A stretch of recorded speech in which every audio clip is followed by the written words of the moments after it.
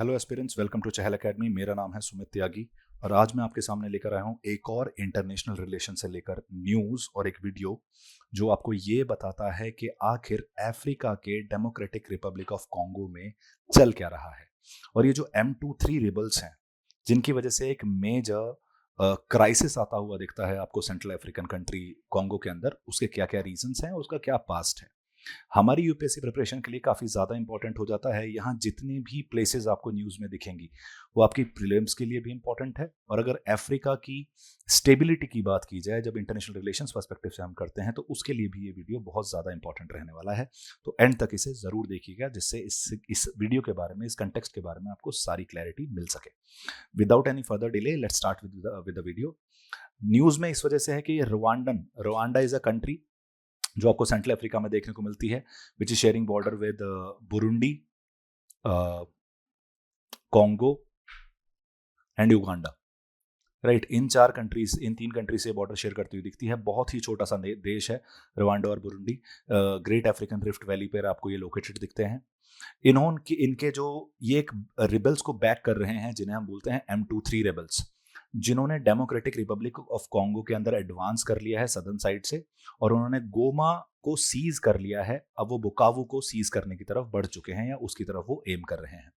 ये जो कन्फ्लिक्ट है इसको आप बोल सकते हैं, इसका रीजन क्या है? ये पावर की कन्फ्लिक्ट है, आइडेंटिटी की कन्फ्लिक्ट है और रिसोर्स कंट्रोल की कन्फ्लिक्ट है। कैसे है उसे हम आने वाले वीडियो में जानने की कोशिश करेंगे। ये एक एस्केलेट हो चुकी है कन्फ्लिक्ट जिसकी वजह से हंड्रेड्स ऑफ थाउजेंड्स लोगों की अब तक जान जा चुकी है और लगभग 10 लाख से ज़्यादा लोग डिस्प्लेस हो चुके हैं, अपना घर छोड़ने पर मजबूर हो चुके हैं इस कन्फ्लिक्ट की वजह से। न्यूज़ में इसे इस तरीके से कवर किया गया है कि आखिर कॉन्गो में हो क्या रहा है और M23 रिबल्स आखिर लड़ क्यों रहे हैं। ये जो मैंने आपको बताया, 28 जनवरी को शुरुआत हुई थी इसकी, जिसको हम डिटेल में आगे जानने वाले हैं। सबसे पहले आपको जानने की जरूरत है कि इस टाइम पर डेमोक्रेटिक रिपब्लिक ऑफ कॉन्गो की करंट सिचुएशन क्या है। तो समझने की कोशिश कीजिए, जो M23 रिबल्स हैं इन्होंने Goma is a place in Congo, उसको सीज कर लिया है। 27-28 जनवरी को M23 रिबल्स ने गोमा के अंदर एंटर किया, वहां के एयरपोर्ट को कैप्चर किया और जो रेजिस्टेंस वो फेस कर रहे थे की एरियाज में उनको काफी हद तक ओवरकम किया। जो सरकारी ट्रूप्स थे, जो कॉन्गो रिपब्लिक के ट्रूप्स हैं, उन्होंने 30 जनवरी को सरेंडर कर दिया कॉन्गोलीज सोल्जर्स ने। साथ के साथ उनके साथ जो एलीड मिलिशिया लड़ रही थी, जो उनको सपोर्ट कर रहे थे कॉन्गोलीज ट्रूप को, उन्होंने भी अपने वेपन्स को सरेंडर कर दिया है, जिसकी वजह से जो M23 रिबल्स हैं ये रीजन के ऊपर कंप्लीट कंट्रोल अपना बना पाए हैं। ये आपको देखने को मिलेगा जो ईस्टर्न साइड है डेमोक्रेटिक रिपब्लिक ऑफ कॉन्गो की, वहां आपको रुवांडा लगा हुआ दिखता है और ये साउथ ईस्ट के अंदर ही आपको ये majority of the conflict Congo के अंदर आपको फंक्शन करती हुई दिख जाती है। राइट, इसकी वजह से एक मेजर ह्यूमैनिटेरियन क्राइसिस आता हुआ दिखा है गोमा के अंदर। अभी भी लाशें जो हैं वो स्ट्रीट्स पर पड़ी हैं जब से रिबल्स ने कंट्रोल अपने हाथ में लिया है।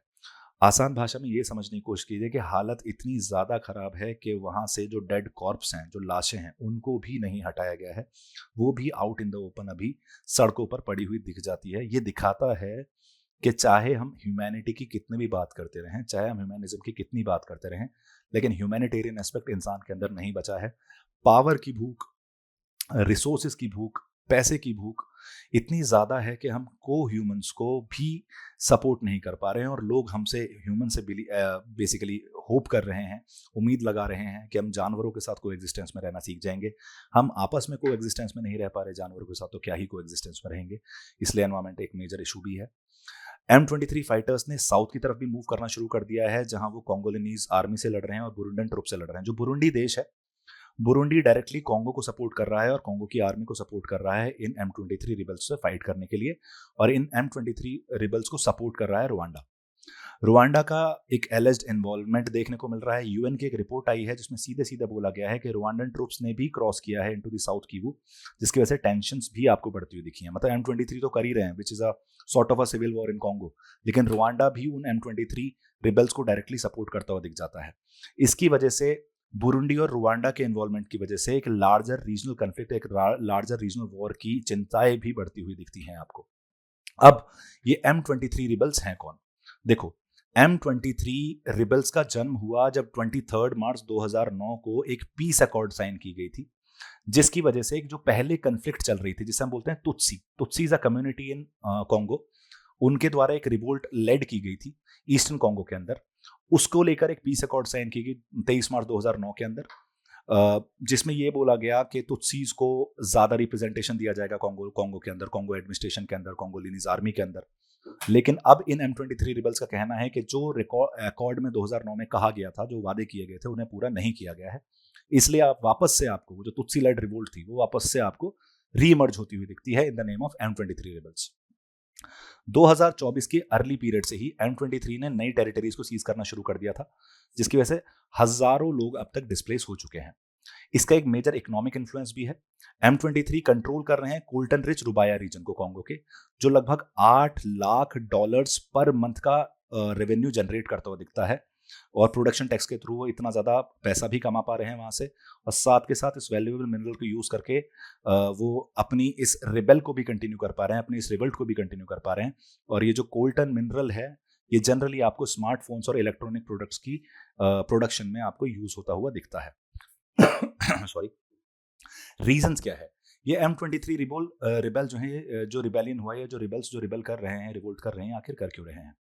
M23 का कहना है कि जो कॉन्गोलिनीज गवर्नमेंट ने जो तुत्सी पीस अकॉर्ड साइन किया था तुत्सी रिवोल्ट के बाद, उसको ऑनर नहीं किया है, उस पीस एग्रीमेंट को ऑनर नहीं किया है। उन्होंने बोला था कॉन्गोलीज जो तुत्सीज हैं, उनको आर्मी और एडमिनिस्ट्रेशन के अंदर इन्वॉल्व किया जाएगा, इंटीग्रेट किया जाएगा, लेकिन ऐसा करने में कॉन्गो गवर्नमेंट फेल रही है, जिसकी वजह से रिबेल भी राइज होता हुआ दिखता है।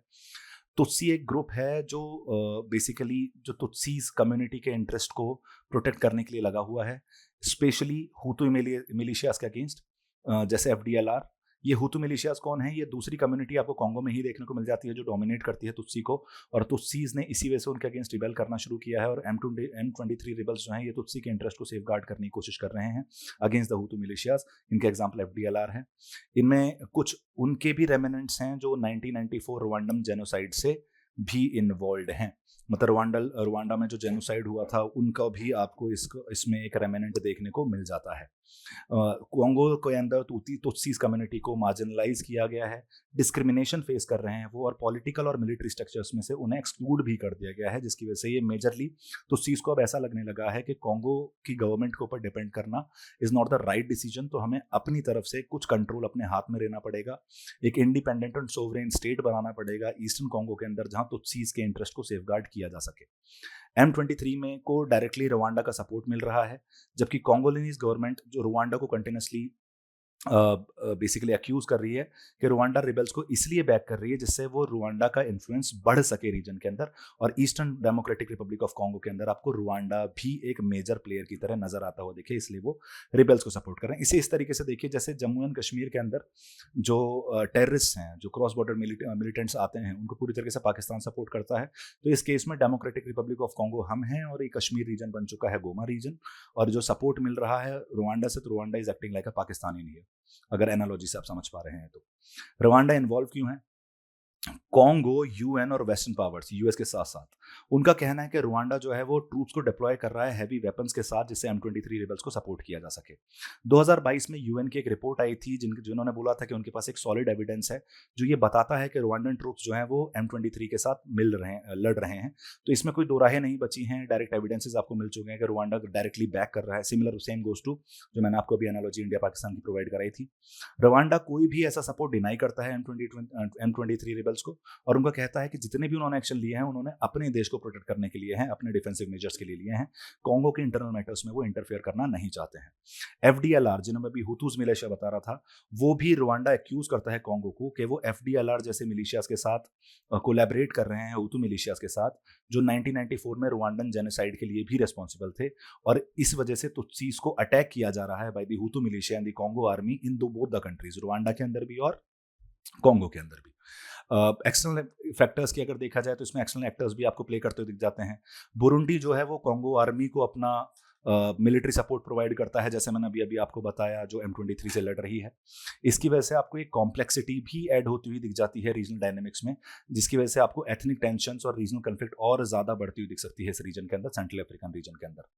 युगांडा की अगर बात की जाए तो युगांडा को ऐसे स्पेसिफिकली इस पर एक्सप्लिसिटली मेंशन नहीं किया गया है, लेकिन पुरानी कन्फ्लिक्ट्स में युगांडा का डायरेक्ट इन्वॉल्वमेंट देखने को मिला था, जिसमें उम्मीद लगाई जा रही है कि युगांडा भी at a point of time इसके अंदर आपको इन्वॉल्व होता हुआ दिखेगा, और जो करंट डायनेमिक्स हैं वो भी चेंज होते हुए दिखेंगे।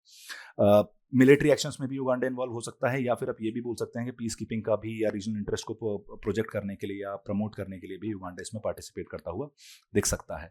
अगर यूएन की बात की जाए तो डॉक्यूमेंट्स और जो रिपोर्ट्स हैं यूएन की वो सीधा सीधा दिखाती हैं कि इस रिबेल के अंदर, सिविल वॉर के अंदर आपको एक्सटर्नल इन्वॉल्वमेंट देखने को मिल रहा है, जिसमें Rwandan support for M23 involve है। जो पीस कीपिंग फोर्सेज हैं कॉन्गो के अंदर, वो अपनी इफेक्टिवनेस के थ्रू एक्सटर्नल इंटरफेरेंस को कम करने में सक्षम रही थी, लेकिन उसे अभी थोड़ा सा डिबेटेबल माना जा सकता है, क्योंकि रीजन में स्टेबिलिटी मेंटेन नहीं रह पाई है। तो पीस कीपिंग फोर्सेस वहाँ स्टेशनड हैं, लेकिन वो अपना काम ठीक से नहीं कर पाए, इसलिए आपको ये सिविल वॉर भी होती हुई दिख रही है। International community, specially western led powers, जितनी भी यूएस लेड पावर्स हैं, वो रवांडा को एक्यूज कर रही हैं कि वो कन्फ्लिक्ट को और ज़्यादा फ्यूल कर रहे हैं, बढ़ा रहे हैं, जिसकी वजह से रीजनल इंस्टेबिलिटी पर आपको एक मेजर इम्पैक्ट होता हुआ दिख रहा है। एक डेफिनेट कॉल की जा रही है कि लड़ने की जगह डिप्लोमेटिक एफर्ट्स लगाए जाएं, सैंक्शंस लगाए जाएं, जिससे एक्सटर्नल एक्टर्स जो हैं वो अपने इन्वॉल्वमेंट के लिए उनकी अकाउंटेबिलिटी बढ़ाई जा सके कन्फ्लिक्ट के अंदर, और वो किसी और की लड़ाई में अपना फ़ायदा ढूंढना बंद कर दें। राइट, इसके इम्प्लीकेशंस क्या हो सकते हैं? एथनिक टेंशंस, ये एथनिक डिविजन्स को और ज़्यादा बढ़ाता हुआ दिखेगा, एथनिक टेंशंस को और ज्यादा बढ़ाता हुआ दिखेगा, स्पेशली बिटवीन तुत्सीज एंड हुतूस, जो दो कम्युनिटी आपस में लड़ती हुई दिखती हैं आपको, जिसकी वजह से जो हिस्टोरिकल राइवलरी है, चाहे वो 1994 का रवांडन जेनोसाइड ही क्यों ना हो, वो वापस से आपको सरफेस पे आता हुआ दिखता है, वो वापस से घाव आपको हरे होते हुए दिखते हैं। रवांडा का जो सपोर्ट है M23 का, ये एथनिक एनिमोसिटीज को और ज्यादा बढ़ावा देता है ग्रेट लेक्स रीजन में, जिसकी वजह से और ज्यादा वायलेंस और रिप्राइसल्स आपको होते हुए दिख सकते हैं। सोवरेनिटी और टेरिटोरियल इंटीग्रिटी पर सीधा सीधा थ्रेट आ चुका है कॉन्गो की, क्योंकि जब फॉरेन ट्रूप्स, चाहे वो रुवांडा के हों चाहे वो बुरुंडी के हो, अगर वो कॉन्गो की सॉइल पर लड़ते हुए दिखते हैं, तो कॉन्गो की सोवरेनिटी और टेरिटोरियल इंटीग्रिटी पर डेफिनेटली ये क्वेश्चन तो बढ़ता हुआ दिखेगा ही दिखेगा। जो रिस्क है डेमोक्रेटिक रिपब्लिक ऑफ कॉन्गो के टूटने का, मतलब फॉर एग्जांपल जैसे मैंने बोला आपसे कि तुत्सीज वांट अ सोवरेन स्टेट, तो जो इससे क्या होगा, कॉन्गो के टूटने का डर बढ़ चुका है, कॉन्गो के डिसइंटीग्रेशन का डर बन चुका है, खतरा बढ़ चुका है, जिसकी वजह से आपको ये रिबेल ग्रुप्स इस रीजन के अंदर और ज्यादा पावरफुल होते हुए दिखेंगे और ज्यादा टेरिटरी भी कंट्रोल करते हुए दिख सकते हैं, जिससे सेंट्रल गवर्नमेंट की अथॉरिटी उन रीजन्स पर आपको काफी कम होती हुई दिखेगी। अगर दूसरी ह्यूमैनिटेरियन पर्सपेक्टिव से देखा जाए, जिसके बारे में कोई सोचना पसंद नहीं करता, अब तक लाखों लोग डिस्प्लेस हो चुके हैं इस कन्फ्लिक्ट की वजह से, जिसकी वजह से एक मेजर रेफ्यूजी क्राइसिस बढ़ता हुआ दिखता है। एक रेफ्यूजी क्राइसिस खत्म होता नहीं, दूसरा रेफ्यूजी क्राइसिस सामने आ जाता है, और ये रेफ्यूजी क्राइसिस और बाकी सारी इंटरनल सिक्योरिटी और क्रॉस बॉर्डर या ट्रांसनेशनल सिक्योरिटी सिचुएशंस को क्रिएट करता है। ह्यूमन राइट अब्यूजेस जो हैं इस टाइम पे इस कन्फ्लिक्ट में बहुत ज़्यादा हो रहे हैं, सिविलियंस को एट्रोसिटीज़ फेस करनी पड़ रही हैं, रिबेल ग्रुप भी उन्हें एक्सप्लॉइट कर रहा है, एक्सटर्नल फोर्सेज भी उन्हें एक्सप्लॉइट कर रही हैं, और जब लड़ाई चलती है तो आपको कोलैटरल डैमेज के नाम पर हमेशा सिविलियंस की ही हत्या देखने को मिलती है। इकोनॉमिक डिसरप्शंस देखने को मिले हैं। यहाँ आपको रुबाया एक बहुत इंपॉर्टेंट रिसोर्स रीजन देखने को मिलता है, जिसमें अभी मैं बता रहा था आपको कोल्टन रिच रीजन है, यहाँ से इसका प्रोडक्शन इम्पैक्ट होता हुआ दिखता है, जिसकी वजह से ग्लोबल सप्लाई जो है इन मिनरल्स की वो भी आपको इम्पैक्ट होती हुई दिखेगी। रिबेल ग्रुप्स इस रिसोर्स का फायदा उठा रहे हैं, जिससे वो अपनी फंडिंग कर पा रहे हैं और इस कन्फ्लिक्ट को और ज़्यादा बढ़ा देते हैं, जिसकी वजह से आपको रीजन और ज़्यादा डिस्टेबलाइज भी होता हुआ दिखेगा। इसका इम्पैक्ट आपको नेबरिंग स्टेट्स पर भी देखने को मिल सकता है। जैसे फॉर एग्जांपल मैं हमेशा बोलता हूँ, साउथ एशिया के अंदर हर कंट्री को स्टेबल रहने की ज़रूरत है, तभी ये पूरा रीजन भी स्टेबल रह पाएगा और इंडिया की सिक्योरिटी सिचुएशन बेटर होती हुई दिखेगी। पाकिस्तान का बिगड़ना इंडिया के लिए अच्छा नहीं है, क्योंकि अगर बगल में एक रोग स्टेट के अंदर आपको इंस्टेबिलिटी देखने को मिलती है, उसका एक आपको डोमिनो इफेक्ट इंडिया के ऊपर भी डेफिनेटली देखने को मिल सकता है। तो ऐसा ही कुछ अफ्रीका में भी आपको होता हुआ दिखेगा। इंटरनेशनल कम्युनिटी का इंटरवेंशन की जरूरत पड़ सकती है, और इंटरवेंशन हो भी रहा है, लेकिन that is not in the positive sense. Conflict का जो रीजनल नेचर है, ये इंटरनेशनल इंटरवेंशन को इनवाइट कर रहा है। यूएन और वेस्टर्न पावर्स पुश कर रही हैं कि डिप्लोमेटिक सॉल्यूशंस की तरफ बढ़ा जाए, लेकिन अभी तक वो इनइफेक्टिव रही हैं इस चीज को लेकर, और जो एक्सटर्नल इन्वॉल्वमेंट आपको देखने को मिल रहा है वो सॉल्यूशन की जगह खुद ही प्रॉब्लम का हिस्सा बन चुका है। तो आई गैस मैंने M23 रिबेलियन जो डेमोक्रेटिक रिपब्लिक कॉन्गो में चल रहा है वो मैंने आपको ठीक से एक्सप्लेन कर दिया है, आपको सारी चीजें समझ में आ चुकी होंगी इस चीज को लेकर। इसी से रिलेटेड आपके सामने एक मेंस ओरिएंटेड क्वेश्चन है, जिसको आपको प्लीज अटेम्प्ट करना ही करना है। अगर आप कर सकते हैं तो आंसर अपना आप कमेंट में भी डाल सकते हैं, मैं रिव्यू करके उसको आपको कमेंट्स प्रोवाइड कर सकता हूं, उसको मैं एक बार रिव्यू भी कर दूंगा अगर आप कमेंट्स में आंसर डालते हैं तो। अगर नहीं भी डालना है तो एटलीस्ट आप खुद तो इसे लिखने की कोशिश कीजिएगा ही कीजिएगा। Resurgence of M23 rebellion in the DRC has escalated regional tensions with allegations of foreign involvement. Analyze the causes of conflict, the role of external actors, and its implications for regional stability. ये 250 words में आपको answer करना है। जितना content मैंने आपको provide करा है, that is more than enough to answer this and to structurise your answer. Please try to attempt this. मैं मिलूंगा आपको एक और वीडियो के साथ ऐसे ही इंटरेस्टिंग टॉपिक के साथ जो आपकी यूपीएससी प्रिपरेशन को और बेहतर बनाएगा। तब तक के लिए subscribe to our YouTube channel, जिससे आप मेरा वीडियो या हमारे बाकी फैकल्टीज जो हैं उनका वीडियो मिस ना करें। Thank you so much guys, see you in the next video.